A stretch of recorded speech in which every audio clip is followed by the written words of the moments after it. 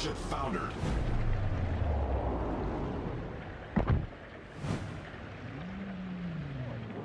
Hey team, it's Ripper here. Hope you guys are doing great. Got I just gotta say video about the Kitakaze, which is ultimately, I think, the most powerful ship you can really get in ranked battles. Like, subscribe button below, guys. On our way to 600 subscribers. Thanks for all the support. Appreciate it. And forgive me, I have kind of a throat cold, getting over that, and doing my best recovering from it. But we'll do our, like I said, best to have fun, learn something at the same time, but also display the power of the Kitakaze.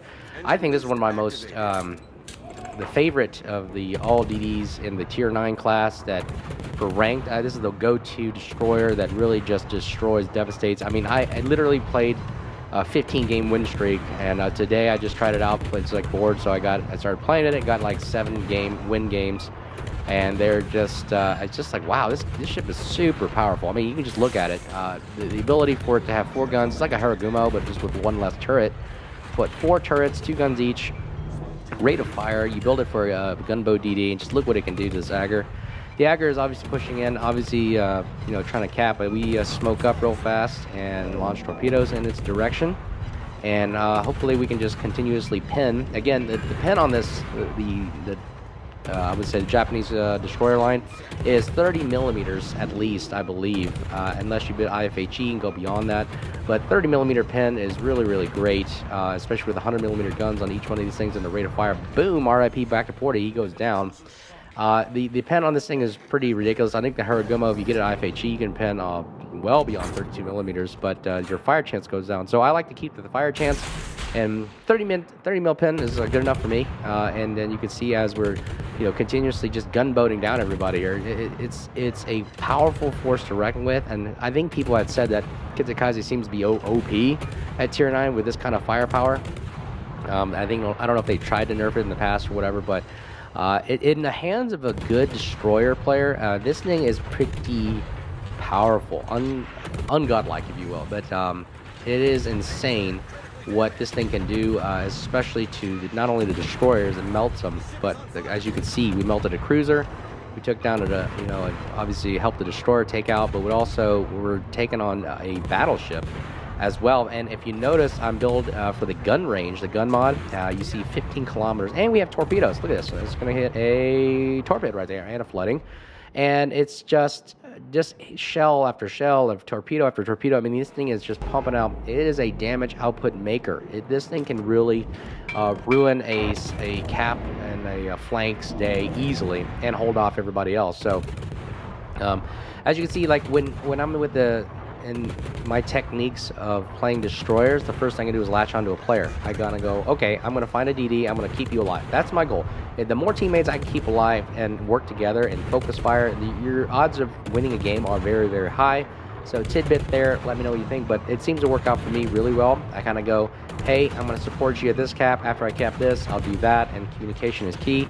And then we just help out our players. And then once we get in the groove, we start focus firing like we're doing against this Prince Rupert here.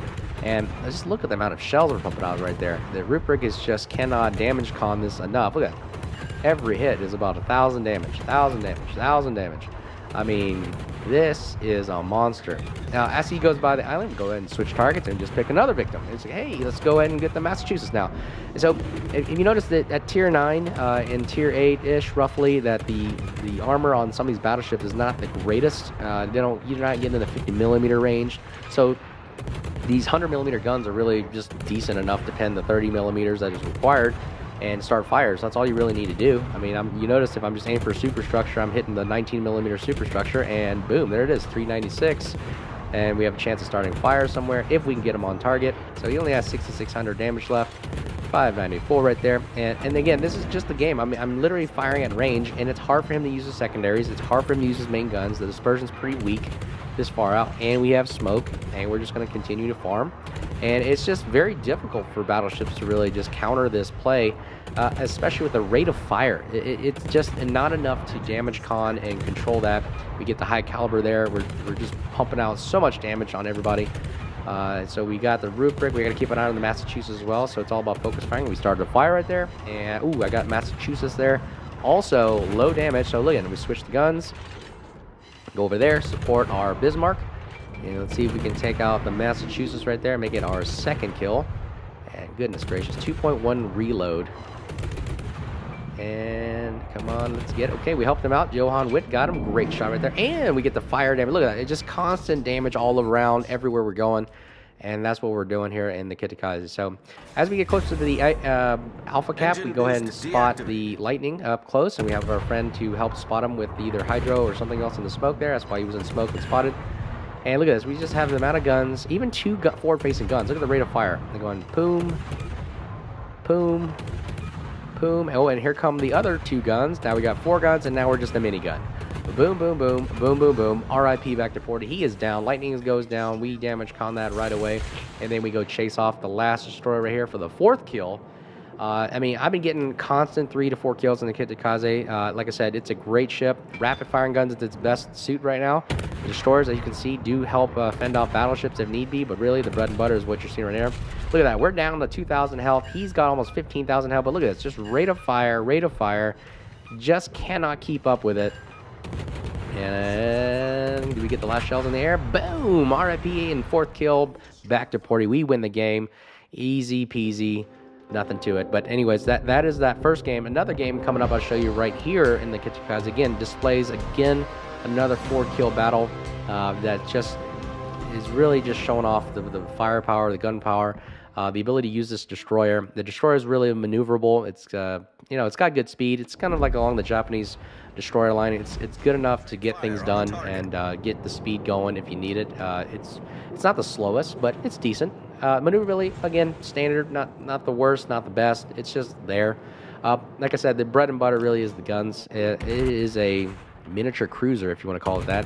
I mean, look at it. We're taking on Johan Witt, and look, it's just constant rain of shells, and he just cannot handle the amount of firepower coming at him. He's got to deal with a battleship, he's got to deal with an Ibuki, he's got to deal with us, and just constant shells lobbing in. Like I said, this is just a damage maker. It is literally pumping out damage like crazy. Pretty awesome. Kitakaze, if you haven't gotten it, try it out. It is a fun destroyer. It is my go-to destroyer for the ranked battles to get my steel. And the next cruiser I get, it'll be the Stalingrad. So once I get the steel, it'll be pretty awesome. The other destroyer that I really like at Tier 9 that really does kind of a similar job is the Friesland.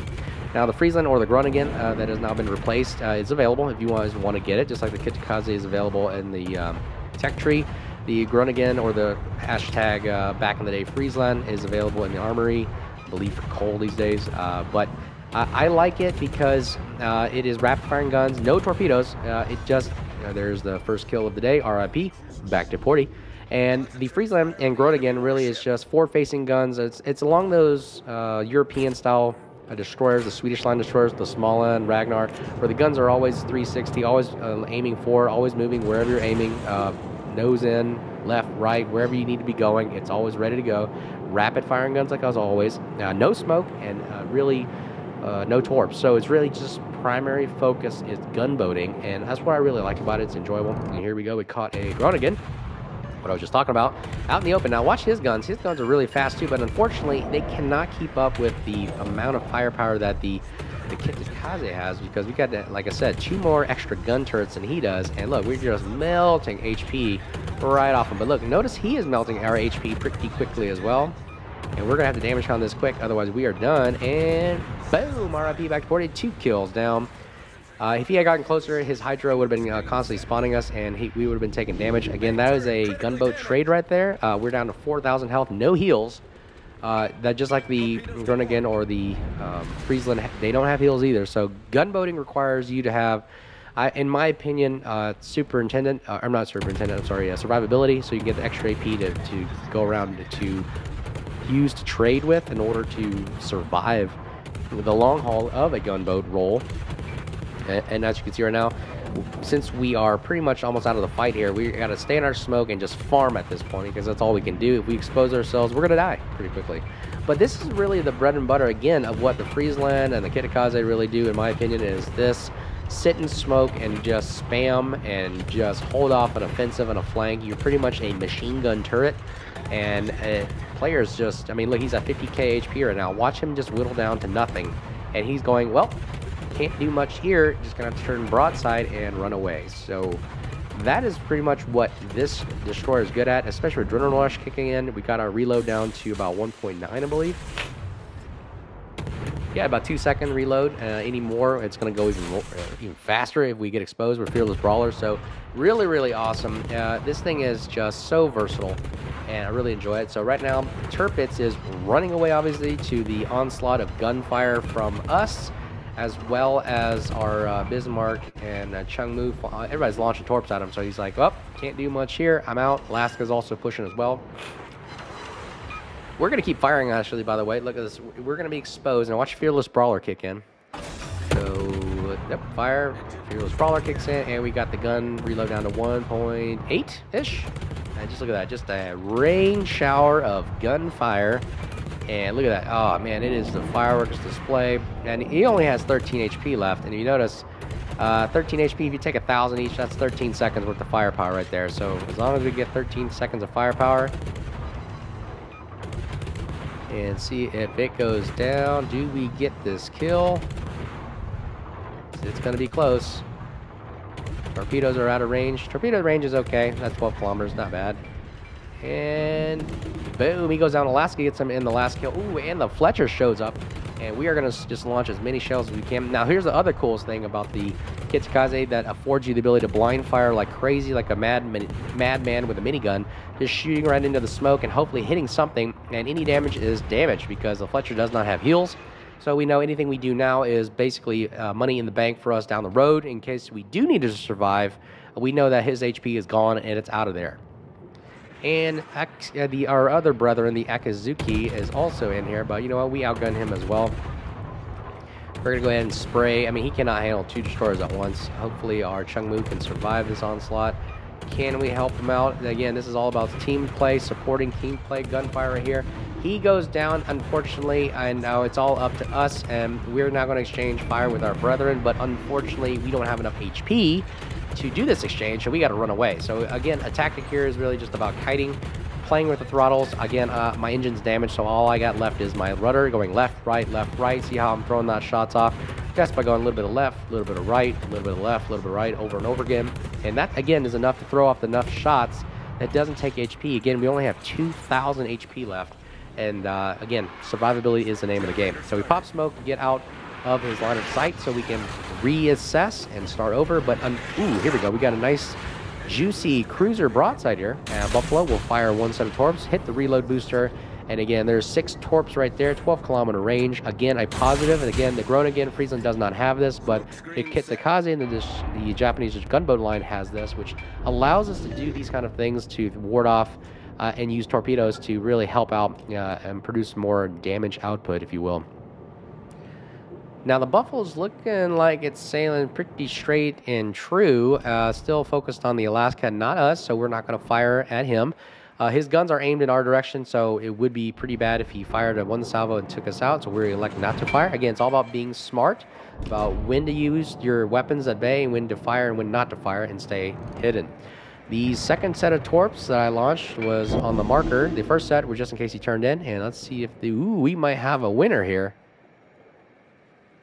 Boom! R.I.P. back to Porty. Buffalo goes down, and that is how the cookie crumbles.